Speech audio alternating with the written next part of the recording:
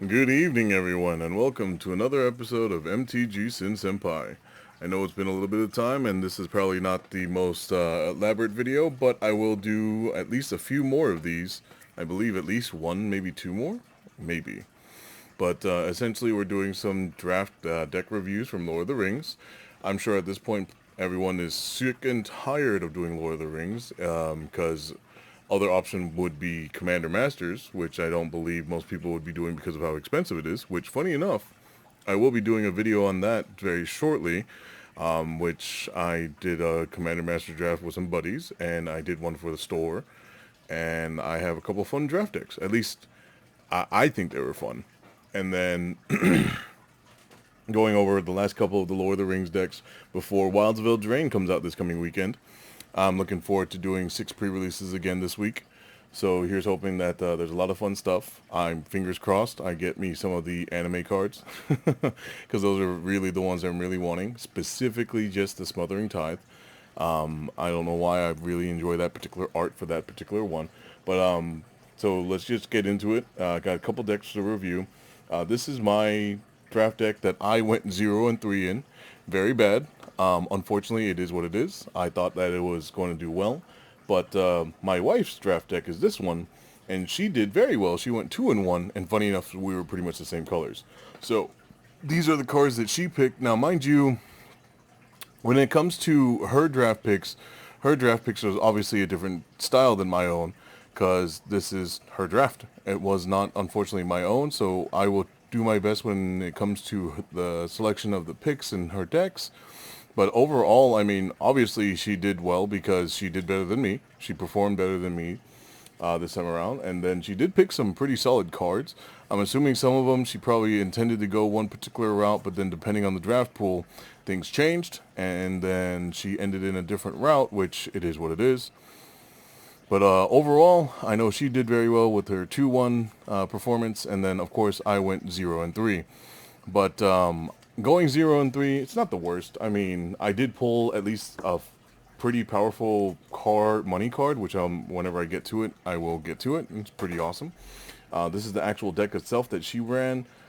She Loves Ambush, I feel, is an amazing just combat trick. Just the 1 mana, 1/2, makes the food and gives your creature death touch is absurd. Sam's Desperate Rescue, I believe I mentioned this before.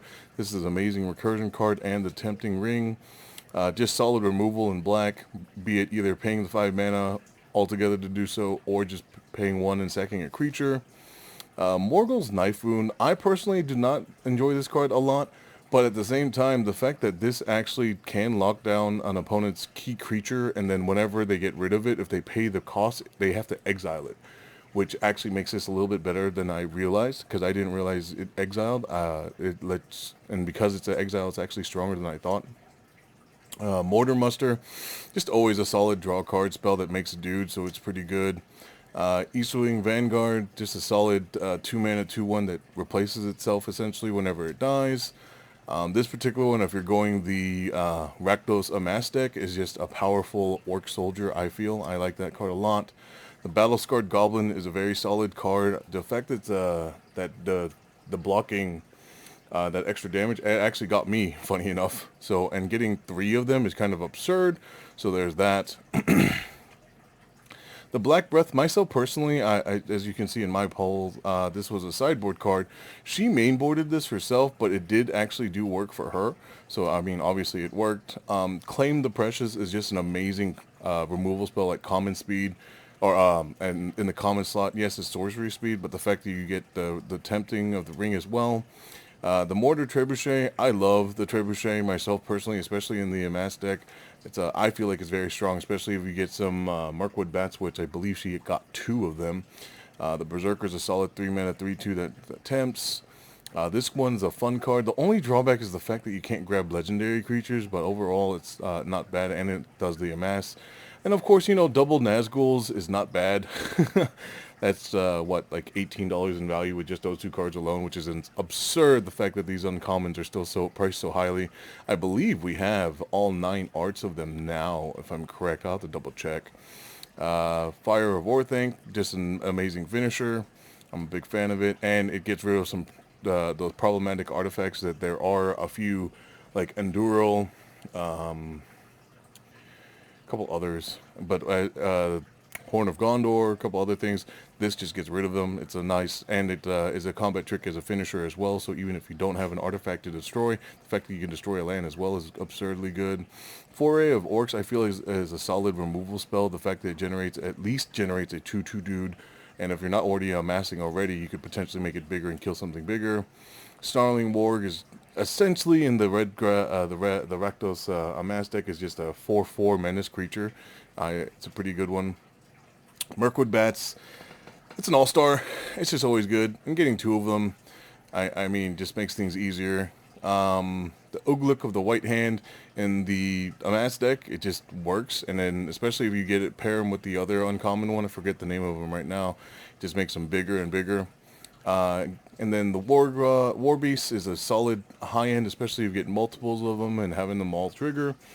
So yeah, that was her deck overall. I believe there wasn't even a single rare in her pool. She just had a couple Nazguls. So her deck was just absurd. It was more efficient. It was much lower to the ground, and she just had better straight removal. So it was a great deck. This was mine, my deck and my pools. I personally got a Shelob, so I grabbed two of these, but unfortunately I just didn't have enough green support. And then I hate drafted a couple blue cards just because blue seemed kind of open, and I was going to kind of go that route, but I chose not to. But they are strong cards. This is a solid 3 mana 2/3, especially in the not Kithkin, the Halfling deck.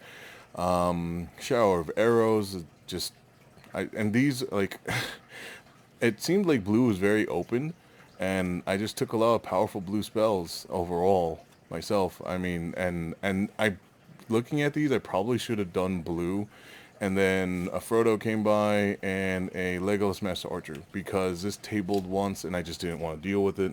But those were the side deck. Most of it I did not run. In retrospect, I probably should have run the blue instead of one of my other colors, because in the end I went black red and I splashed green for a Shelob, which there it is. But anyway, you kind of peeked at my back end. Shower Terrace I ran because I was doing the 3-color thing, and typically I still run it in 2 colors as well, just because it lets you thin out your deck. Lash of the Balrog we already discussed. I needed playables, and so I ran this particular card. This particular one is very bad. I don't recommend running it. It's just awful. I ran Improvised Club. In retrospect, I probably should not have run 3 of them, because more often than not, I would have an Improvised Club in hand, but nothing to play with it.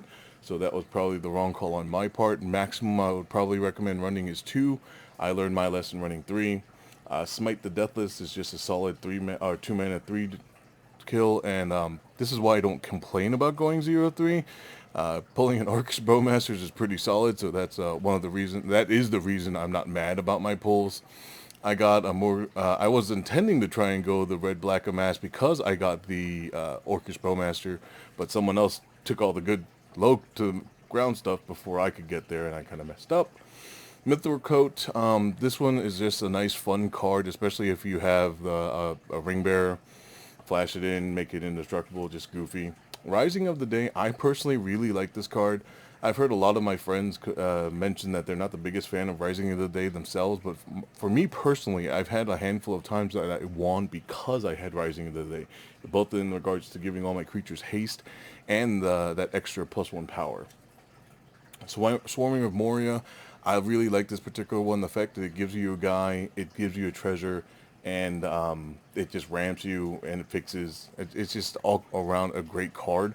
And the fact that this gives you essentially 2 damage with a Mirkwood Bats. It's just it's a great 3 mana spell. A solid 3 mana spell to draw 2 cards. That's why I ran that one. Fiery Inscription, I really like that particular card, but I probably should not have run it. I should probably have gone red-blue and splashed the black, because of the blue spells and the Fiery Inscription. In retrospect, I'm thinking about that. I'm like, that could have been a much better deck. Handed a Lobelia. It was just, at this point, I was just running playables, and there was a 3 mana 2/3 with Flash, which I got a couple people with, funny enough, which was pretty great. Got an Uruk-hai Berserker myself, so it's just a solid 3 mana 3/2. The Dunlin Cabranes are pretty effective 3 mana 1/1s. Essentially, it's 3 mana for 3 power on the board, and getting 2 of them is pretty strong, so I got that. Have a single trebuchet on my end, which I was trying to do the mass deck. The Fire of War think once again is just a solid pick. I mean, you could see we had a lot of similar picks, but in her, excuse me, in her particular deck, she had a little bit more of the lower, faster, just more consistent. And mine was just, it was not very consistent, especially running the 3 improvised clubs. The Relentless Rohirrim. I know I'm butchering these word pronunciations. It's just a solid 4-mana 4/3 Tempter. I needed playables, so it's a 4/4 Trampler. More often than not, I was in a desperate situation and I needed blockers, and I top decked this with nothing else on play, so I just died a lot. So I don't recommend that particular card if you don't have enough to back it up. Oliphant is just all of the 1-mana basic or basic land cycling creatures and cards. I'm sorry, because there's one that's not a creature, are just really strong.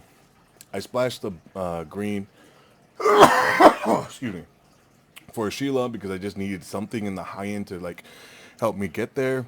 And then I got a Balrog Durin's Bane that someone passed to me pick 2. So pick 1 I had, I believe it was an Orcish Bowmaster, and then pick 2 was this. Oh, man, excuse me, guys. But essentially pulling that, I'm like, I gotta go Rakdos, and then I think I got suckered in by my my rare picks. So it is what it is. It was still a fun time, and then I'm still, like I said, not complaining at the fact that we got ourselves an Orcish Bowmaster there. Now, if you guys notice, this is definitely not Lord of the Rings, but after we did our Lord of the Rings draft, one of our friends was nice enough to bring a double Masters box, and we actually drafted double Masters shortly, or like immediately after the Lord of the Rings draft.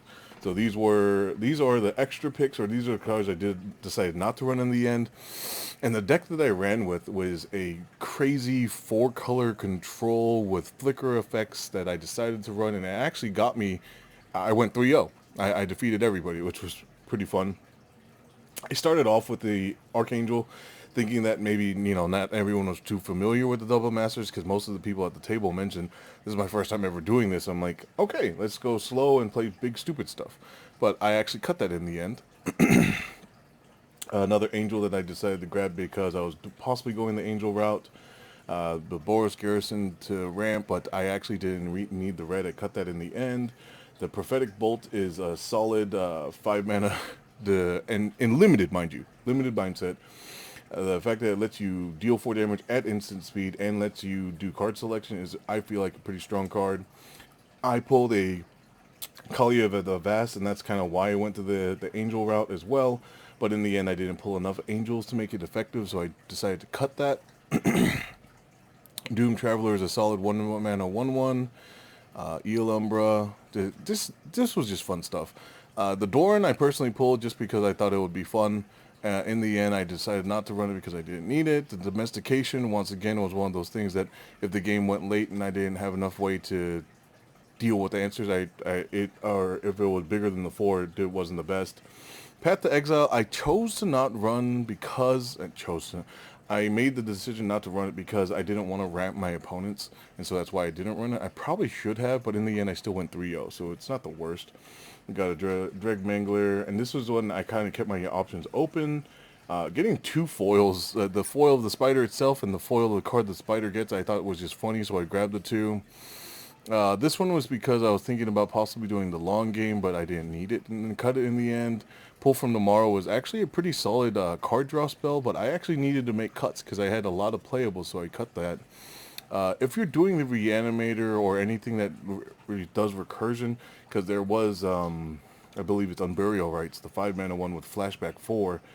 This is actually a really good card with that. Decent 2-mana 2/2 that I grabbed. And this was a last pick, so I didn't even pick that. But this is actually a pretty good card, especially if you're doing the play cards from your graveyard effect. Now, this is the deck itself. I feel like it was a lot of fun.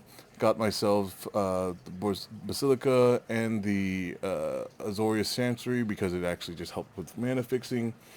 If you guys haven't seen them before, this was the Cryptic Spires. Cryptic Spires is just a fun card for Double Master specifically, but after you mark them, which you can kind of barely see that I marked them, they're kind of useless going forward. I'm probably going to toss these now that I'm done with them, but they are there. But they were just great for Double Masters itself, but beyond that, like, kind of no point in saving them beyond that, because after you've marked them, especially if you mark the cards physically,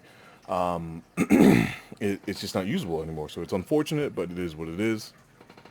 Ran the Spell Pierce, just solid counter spell. Thought Scour, solid draw card, which a lot of the time my opponent would scry, put some cards to the top, and be like, oh, mill those cards.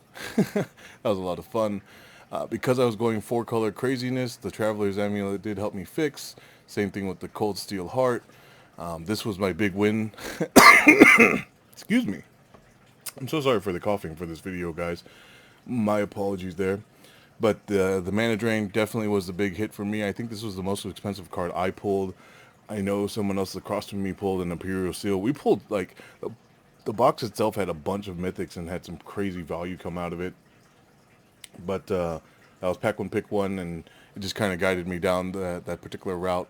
And then Coiling Oracles, getting 2 of them. They're just a decent, essentially early acceleration, either ramping or by getting you card draw. Mist Metal Witch is just an amazing card. The fact that you're able to exile any target creature is absurd. And so I had value creatures for myself to block with.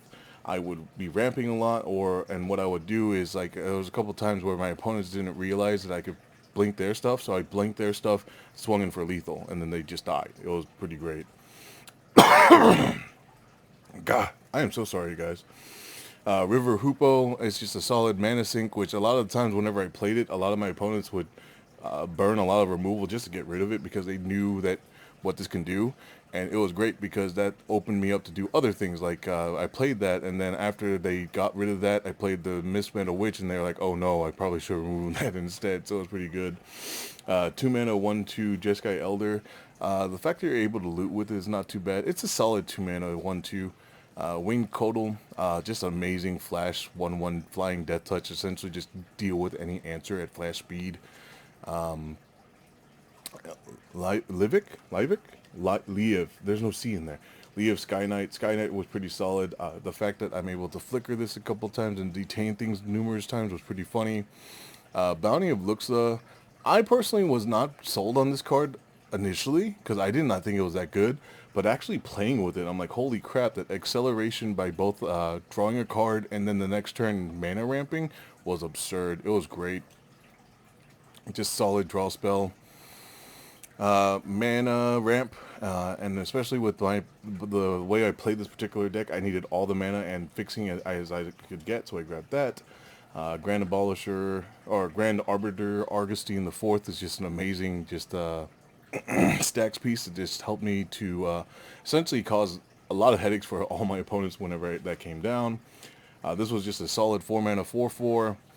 And then Dragon Arch is one of the reasons why I did play a lot of the multi-mana spelled creatures that I did. Just the fact that I'm able to essentially flash in any one of these multi-colored creatures into play, because it doesn't say anything about doing it at sorcery speed. So that was a lot of fun to flash in, like, oh, you attack, I flash in this 4/4 and block. It was pretty fun. Settle Beyond Reality, being able to do both exile your opponent's creature and then bounce one of my creatures and then get value from my ETB effects again. Settle Beyond Reality is absurd. Body Double, the fact that I'm able to copy any creature is absurd, so I have a bunch of ETB effects. Settle Beyond would be able to change it up.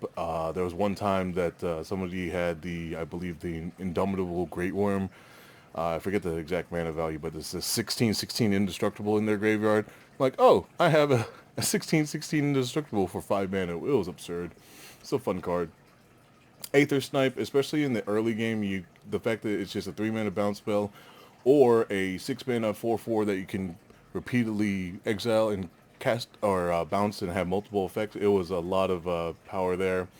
Symbiote, once again, this is another card that I could actually flash in at instant speed to make my opponent discard. I draw a card and I block with a 3/3 flyer. It's pretty good. This was my all-star right here. 7 mana 5/5. The fact that even if I was behind and my opponent was at 20 life, I'm like, oh, I play this, you're at 10. And then I swing 2 times. They died. God. So that was fun. And then the very top end and high end, Villainous Wealth actually won me both games that I played it. There was one game I cast it for 14. The other game I cast it for 10. Both times I cast it, I either essentially milled out my opponent and took their key pieces. So this was just a really great time. I had a lot of fun with these 3 decks, or I'm sorry, the 2 decks, and then my wife's deck as well. And then overall, I just want to share these experience with everybody, let them know that hopefully everyone's ready for the new not Lord of the Rings. We're done with Lord of the Rings. I'm hoping that everyone's ready for Wilds of Eldraine. I wish everyone the best of luck with their pulls. Hopefully your sealed pulls. There's no boo-boo rares, nothing bad. Hopefully you guys get the synergies, and then hopefully everyone gets some amazing stuff that they get to play with. Got a couple codes for everyone today. Some pre-releases, one from a pack, I think.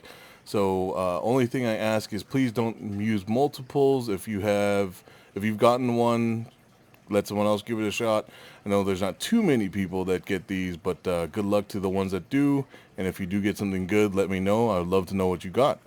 Do look forward to the Wilds of Eldraine pre-release decks that are going to be coming up.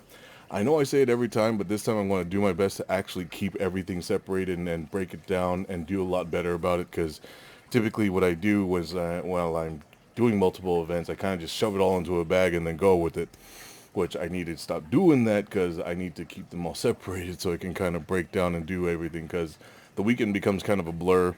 But it's always a lot of fun, and I'm never not going to do it at this point. So do look forward to that coming up soon. And if you guys made it to the very end of this video, thank you so much again. I do appreciate it. Do take the time to like, comment, subscribe, share the video. I know I've been kind of getting out there, so I do appreciate the fact that I'm at 80 some odd subscribers at this point. It's a lot farther than I thought I was going to get. I honestly thought at this particular point, I thought I would still just be at maybe 5, maybe 10 subscribers, or not that many viewers. And I know there's not the most traffic, but there's some, and it's a lot more than I anticipated. So thank you so much, everyone. And thank you again so much for taking the time, and I do appreciate it. Do look forward to more coming in the future. I do have lots of things going on, but I'm doing my best to try and get this out there for everyone. And if I can get any kind of feedback, anyone that's wanting to reach out and communicate, feel free. I would love to chat it up with you guys and see what we can do to either get more content or do any kind of requests, things of that nature. But yeah, thank you so much, everyone. Once again, I appreciate you guys. You guys take it easy, and never forget, Senpai didn't notice. Good night.